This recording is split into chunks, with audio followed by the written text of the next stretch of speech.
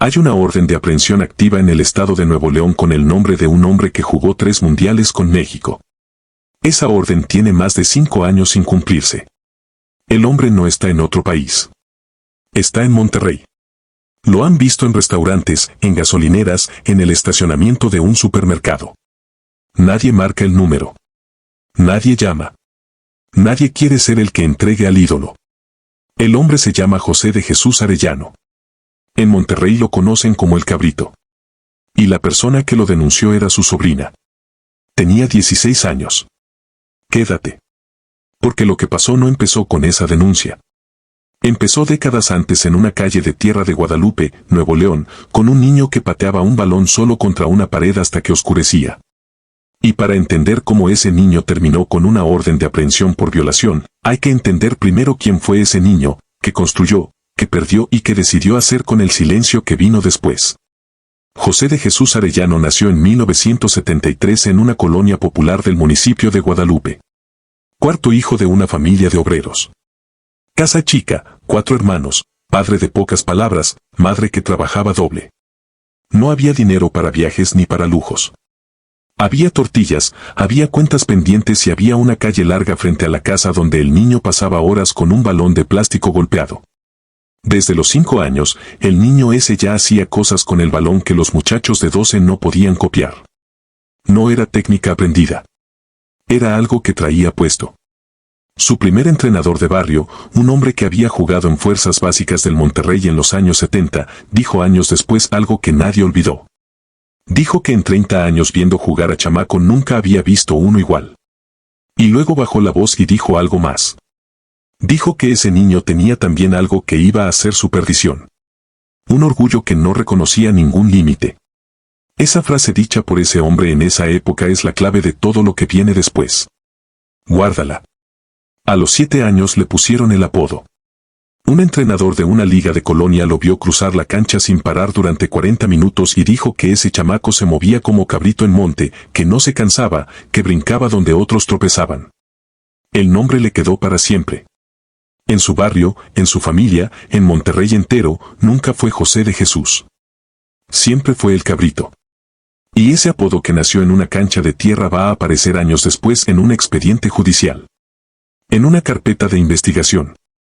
En una denuncia firmada por una muchacha que cuando él jugaba su primer mundial todavía no había nacido. A los 13 años, el Cabrito recibió su primera oferta formal. Un cazatalentos de los Pumas de la UNAM viajó desde la Ciudad de México hasta Guadalupe específicamente para verlo entrenar. Lo observó 40 minutos. Al terminar la práctica se acercó, le explicó la propuesta. Beca completa, concentración en las instalaciones del club, futuro garantizado. El niño lo escuchó con calma y le dijo que no. Tenía 13 años y le dijo que no a un cazatalentos profesional. No quería irse de Monterrey. No quería dejar a su familia. Iba a ser jugador, pero en su tierra. El padre no lo presionó. La madre tampoco.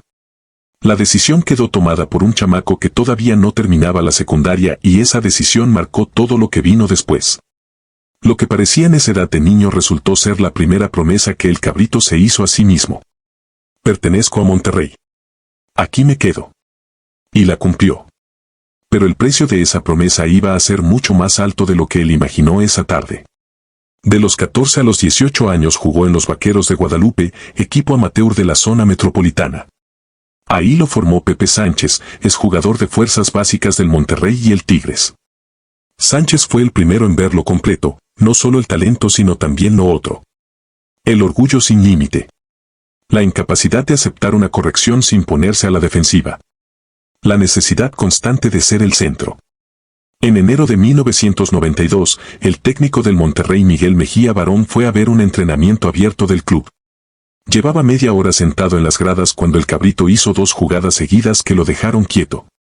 Llamó a su asistente y le dijo que ese muchacho no se iba. Esa misma tarde, en una oficina pequeña del club, José de Jesús Arellano firmó su primer contrato profesional. Sin agente. Sin abogado. Sin negociación. Le ofrecieron una cifra y dijo que sí. Tenía 18 años y acababa de cruzar la puerta del equipo de su vida. Tardó 2 años en debutar en primera división. El 5 de febrero de 1994, con 20 años, entró al campo del Estadio Tecnológico contra el Puebla. Empate 1-1. Jugó 45 minutos. No anotó. No asistió. Salió con la camiseta empapada y la sensación de que había desperdiciado su oportunidad. Su madre estaba en las gradas esa noche. El padre la había llevado desde la colonia en autobús. Cargaban termos con agua y una bolsa con tortas envueltas en papel. Cuando el cabrito salió del estadio, la madre lo abrazó y le dijo una sola frase. Una frase que él no olvidó jamás. Le dijo que era de ahí. Que eso era para siempre. Entre 1994 y 1997 se convirtió en el jugador más prometedor del norte de México. Velocidad, regate largo, centros precisos desde la banda derecha, goles en momentos clave. El 2 de febrero de 1996, Bora Milutinovic lo convocó por primera vez a la selección mexicana. El cabrito tenía 22 años. Salió al campo con la camiseta verde puesta y entendió esa noche que su sueño de niño acababa de hacerse real. Y que apenas empezaba. En total vistió la camiseta del Tri 70 veces. Anotó 7 goles. Jugó 3 mundiales seguidos. Francia 98, Corea-Japón 2002, Alemania 2006. Es uno de los 7 mexicanos en la historia que ha logrado eso.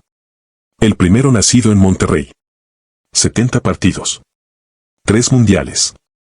Y un hombre que iba a quedar manchado de la peor manera posible. La temporada de 1998 cambió la dirección de su carrera. Las Chivas de Guadalajara hicieron una oferta fuerte y el cabrito la aceptó. Era la primera vez que dejaba al Monterrey. La primera vez que dormía lejos de su familia. La gente del Monterrey lo vio como una traición. La gente de Chivas lo recibió con desconfianza.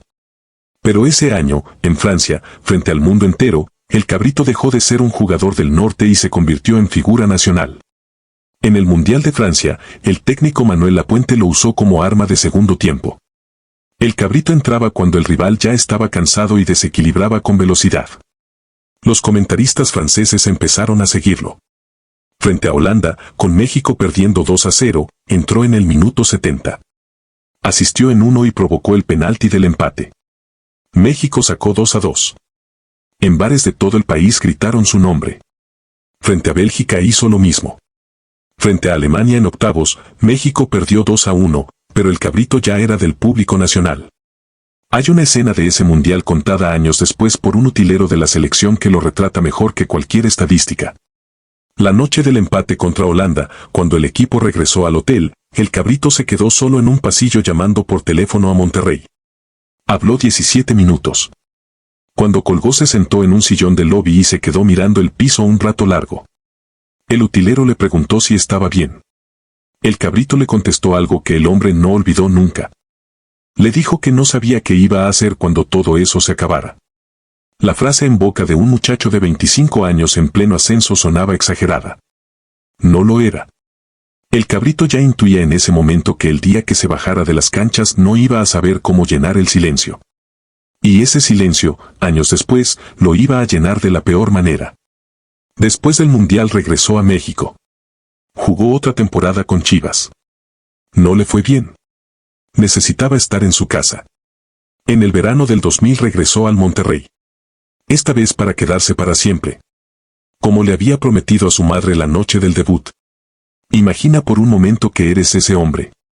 27 años. Acabas de regresar a tu ciudad. Tu equipo te recibe como héroe.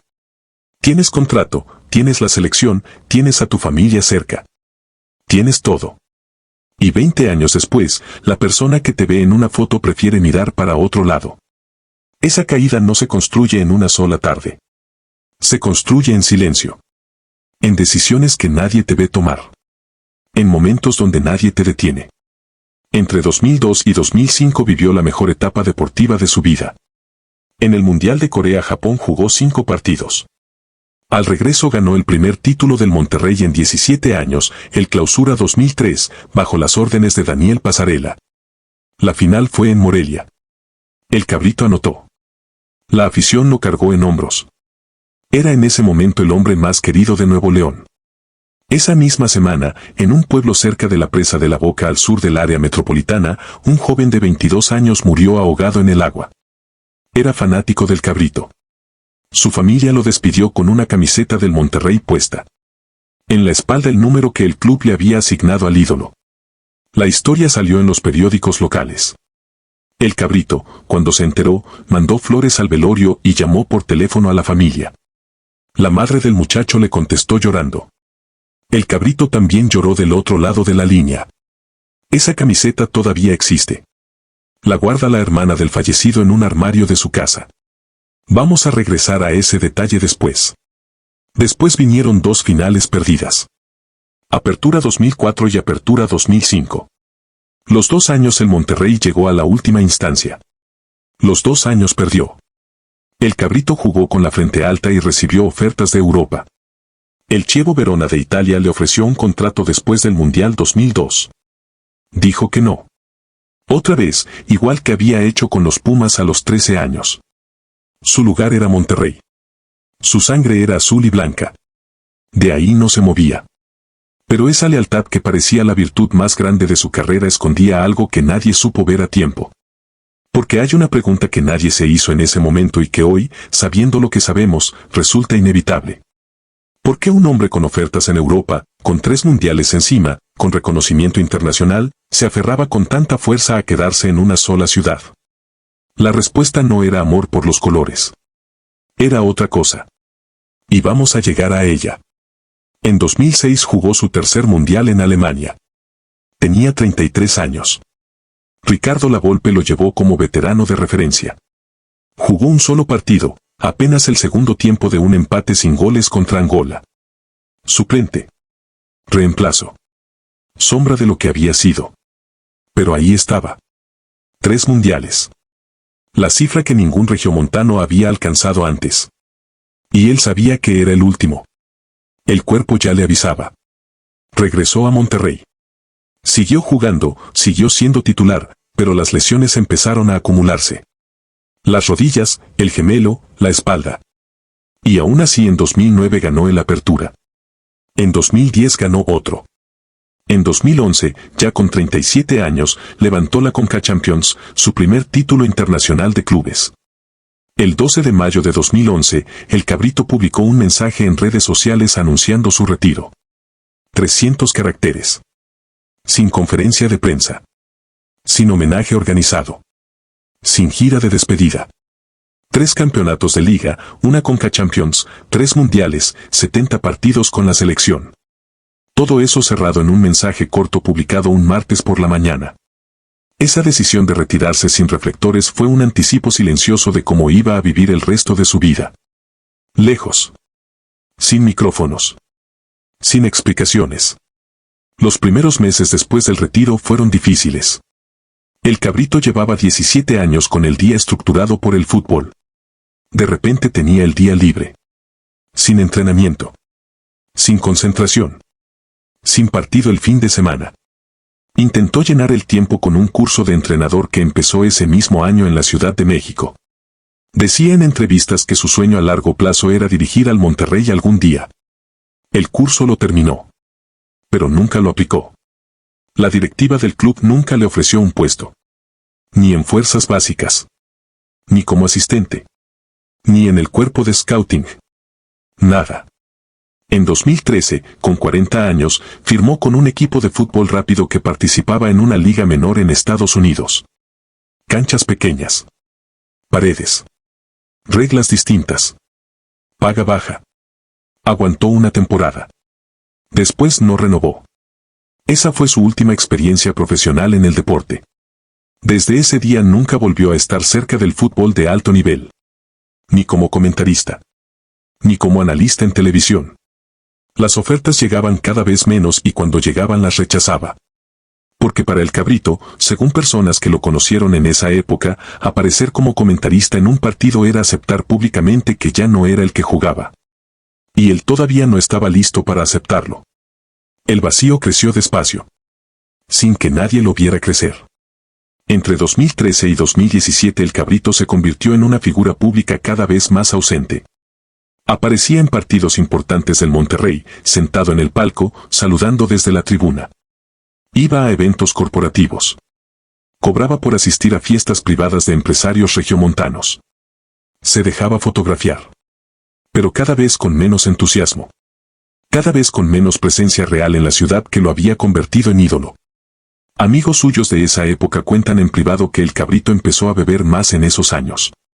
Que cerraba bares solo con un vaso en la mano. Que su matrimonio empezó a hacer agua.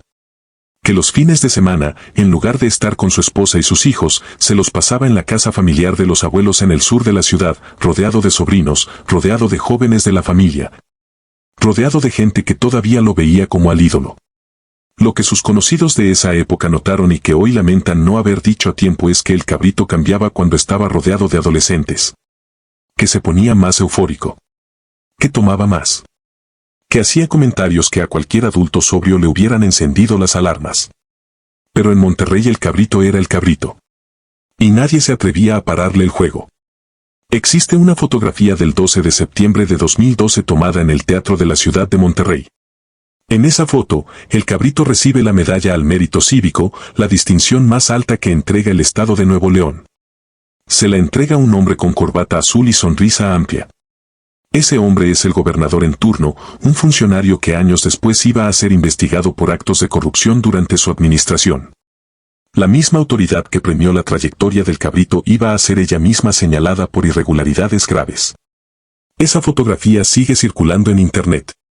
Vamos a regresar a ella porque es el último momento público de gloria del Cabrito Arellano. Después de esa foto, todo se rompió. Hay algo en el estadio BBVA de Monterrey que no ha cambiado. En el museo del club, dentro de una vitrina iluminada, cuelga una camiseta azul y blanca con un número grande estampado en la espalda. Es uno de los 2 números retirados oficialmente por el club en toda su historia. El único retirado para un jugador nacido en la ciudad. Esa camiseta sigue ahí hoy. Y lo que significa hoy no es lo mismo que lo que significaba cuando la enmarcaron. Casi nadie lo dice en voz alta. Pero casi todos lo piensan cuando la ven. 4 años después de esa foto con la medalla, en una casa de la zona poniente de Monterrey, una sobrina menor de edad iba a tomar la decisión más difícil de su corta vida. Al hacerlo iba a poner en marcha la investigación que destruyó al ídolo.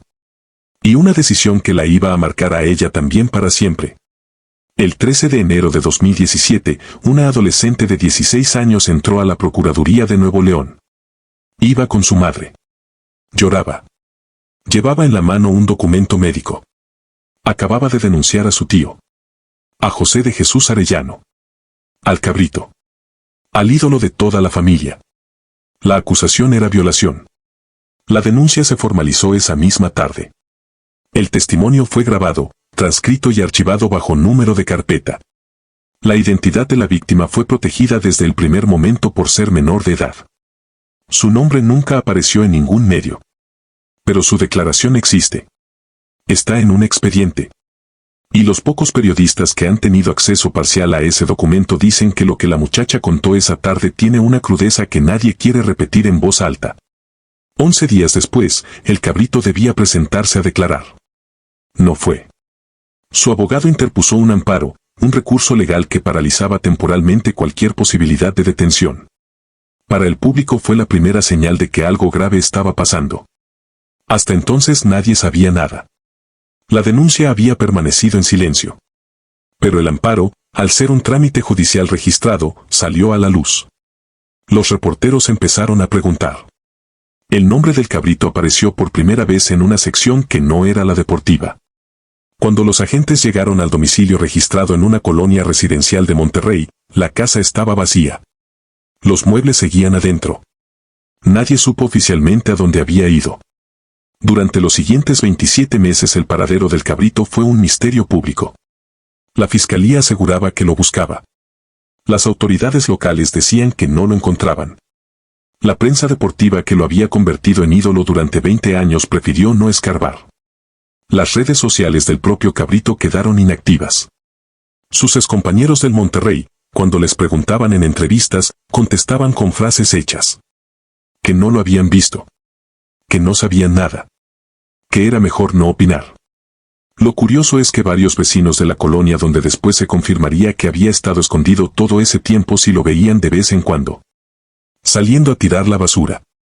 Llevando el coche al taller. En el supermercado con una gorra encima. Ningún vecino llamó. Ninguno denunció.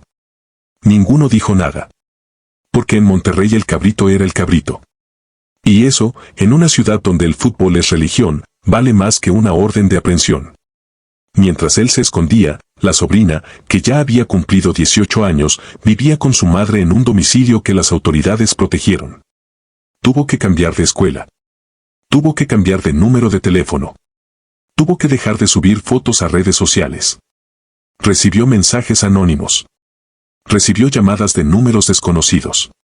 La familia paterna del cabrito, que era también su familia, dejó de hablarle. La acusaron de mentir.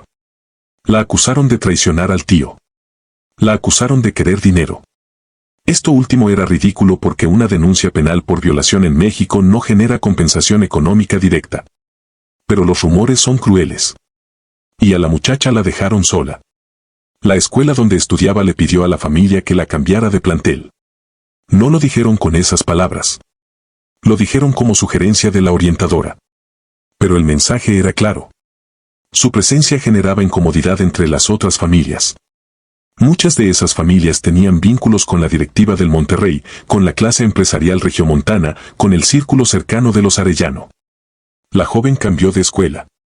Terminó la preparatoria en un colegio público en una colonia distinta. Se inscribió en la universidad usando el segundo apellido de su madre para no cargar con el nombre del tío. Así empezó a construir de a poco una identidad nueva. Solo una persona le creyó desde el primer día. Su madre. Una de las hermanas del cabrito. Una mujer cuyo nombre tampoco se ha hecho público para proteger a la víctima. Esa mujer rompió relaciones con su propio hermano, con sus otras hermanas, con sus padres, con casi toda la familia extendida. Quedó aislada. Pero no se movió de al lado de su hija. La acompañó a cada audiencia. A cada peritaje. A cada terapia. Y cada vez que la muchacha titubeaba le repetía lo mismo. No estás sola. Yo te creo. El aislamiento cobró su precio. La madre de la víctima perdió su trabajo de 22 años en una empresa regiomontana. Le dijeron que era una reestructuración corporativa. Nadie mencionó la denuncia. Pero la carta de despido llegó apenas 6 semanas después de que el caso se hiciera público. La mujer, que había sido gerente de recursos humanos, se quedó sin sueldo, sin seguro médico, sin plan de retiro.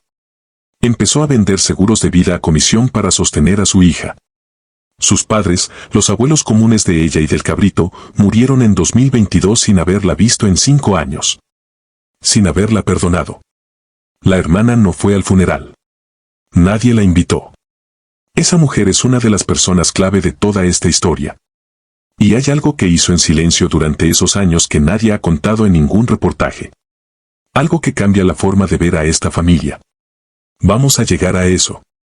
El 4 de mayo de 2019, después de 27 meses prófugo, agentes de la Agencia Estatal de Investigaciones de Nuevo León detuvieron al cabrito en una casa de la colonia Cumbres Oro al poniente de Monterrey.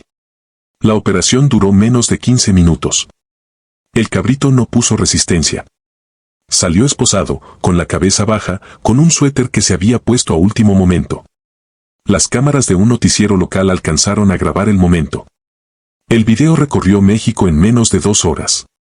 La afición regiomontana se dividió. Unos no podían creerlo. Otros llevaban años esperándolo. La sobrina vio el video en su casa con su madre. Por primera vez en 2 años lloró sin esconderse. Lloró de alivio. 5 días después, el 9 de mayo de 2019, después de una audiencia que duró más de 4 horas, la jueza encargada del caso lo dejó libre. Sin vincularlo a proceso. Por falta de pruebas.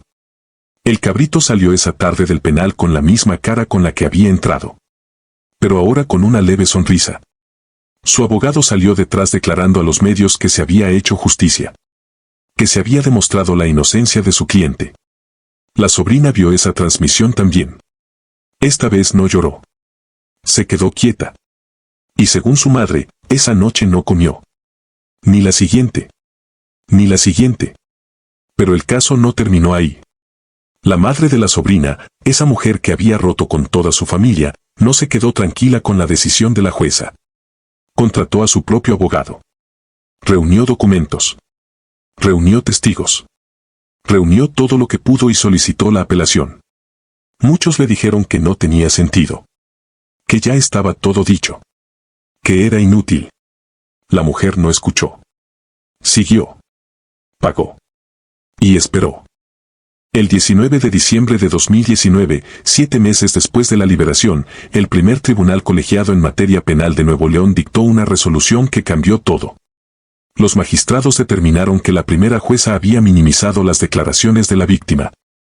Que no había aplicado perspectiva de género. Que había desestimado pruebas que sí eran válidas. Que el caso debía reabrirse desde cero. La orden de aprehensión contra José de Jesús Arellano fue girada de nuevo esa misma tarde. Pero el cabrito ya estaba advertido. Cuando la nueva orden llegó a su domicilio en diciembre de 2020, la casa otra vez estaba vacía. Otra vez se había ido. Otra vez nadie sabía dónde. Y desde ese día, hasta este momento en que escuchas este video, nadie ha vuelto a verlo en público de manera oficial. Han pasado más de 5 años. Que un hombre tan reconocido, tan icónico, tan público, lleve más de 5 años escondido en su propio país con una orden de aprehensión vigente dice algo terrible sobre la justicia en México. Pero también dice algo terrible sobre la cultura del fútbol en este país. Porque el cabrito Arellano, según las investigaciones más recientes, no se fue de Monterrey. Sigue ahí. En la misma ciudad donde lo vieron jugar miles de personas durante 20 años. En la misma ciudad donde tiene una camiseta retirada. En la misma ciudad que le entregó una medalla al mérito cívico. Periodistas locales aseguran, sin querer dar nombres por miedo a represalias, que ha sido visto comiendo en restaurantes de la zona de las Cumbres. Yendo al banco. Saliendo de la casa de un familiar. Manejando una camioneta con vidrios polarizados. Nadie lo denuncia. Nadie llama. Nadie quiere ser el que entregue al ídolo. Un reportero de un medio local intentó en 2022 hacer un reportaje sobre el paradero del cabrito. Llamó a la fiscalía. Pidió información sobre avances en la investigación. La respuesta oficial fue un documento de 2 líneas. El caso seguía abierto. La orden vigente. No había información adicional disponible. Le cerraron la puerta. Intentó hablar con excompañeros del Monterrey. Casi todos respondieron igual. Prefiero no comentar. El reportaje nunca se publicó. El reportero meses después cambió de medio. Dijo en privado que había recibido mensajes insinuando que dejara el tema. Mientras tanto, entre 2020 y 2026, según datos de la propia Fiscalía de Nuevo León, se ejecutaron en el estado más de 14,000 órdenes de aprehensión. Casos por robo, por fraude, por homicidio, por delitos menores. Pero la orden contra el cabrito Arellano, una de las más mediáticas de la última década, sigue sin cumplirse. Los abogados especializados en delitos sexuales en México lo explican en privado. Dicen que en los casos donde el acusado es una figura pública con dinero y conexiones, el tiempo juega a su favor. Que mientras más años pasan, menos pruebas quedan. Que mientras más años pasan, más le cuesta a la víctima sostener emocionalmente la denuncia. Que mientras más años pasan, la víctima crece, hace su vida, intenta olvidar y muchas veces abandona el proceso.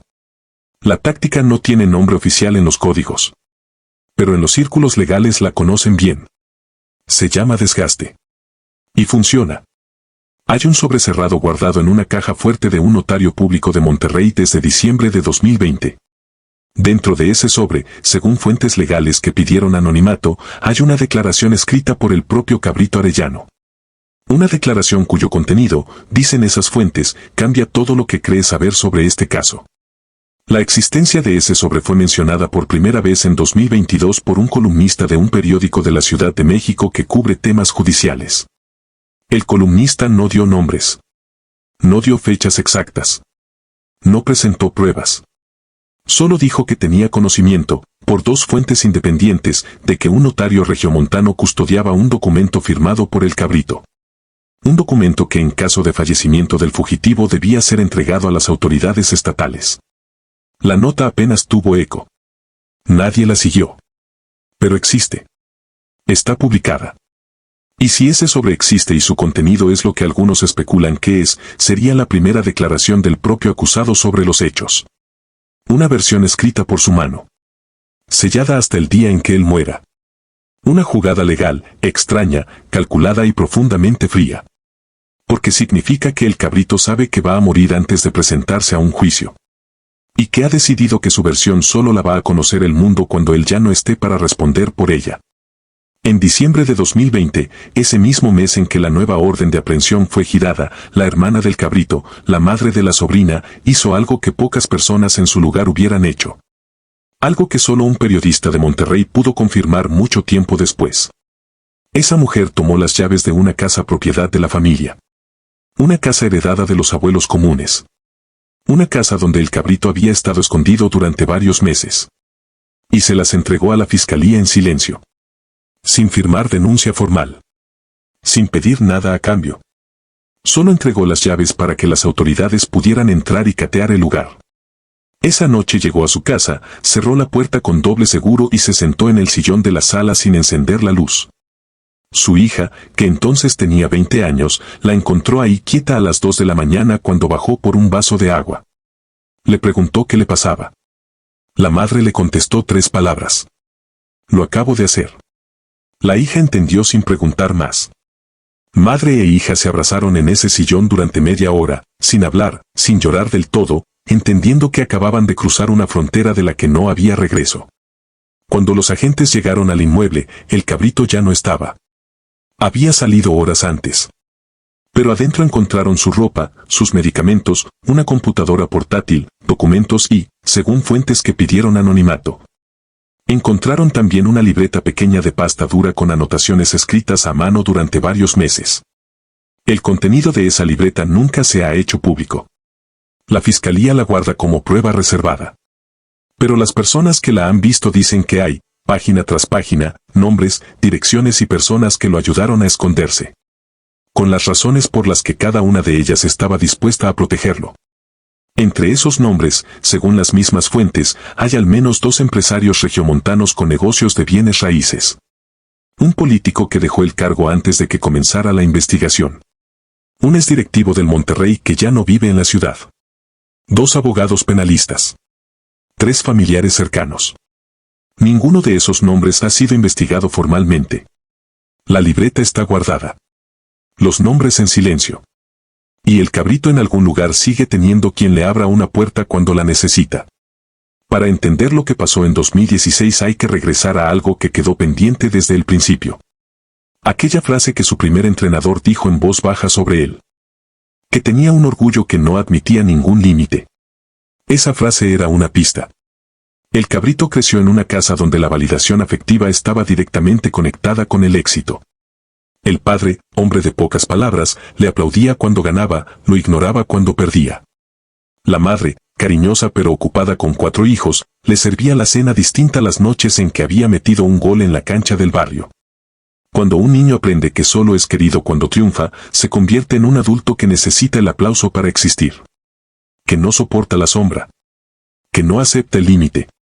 Y que cuando el aplauso se va, se queda con un vacío enorme que no sabe llenar. El cabrito se retiró en 2011 con 38 años. En los 6 años siguientes ese vacío fue creciendo sin que nadie lo viera crecer.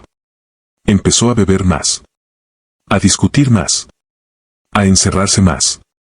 A estar cada vez más en espacios donde nadie podía cuestionarlo.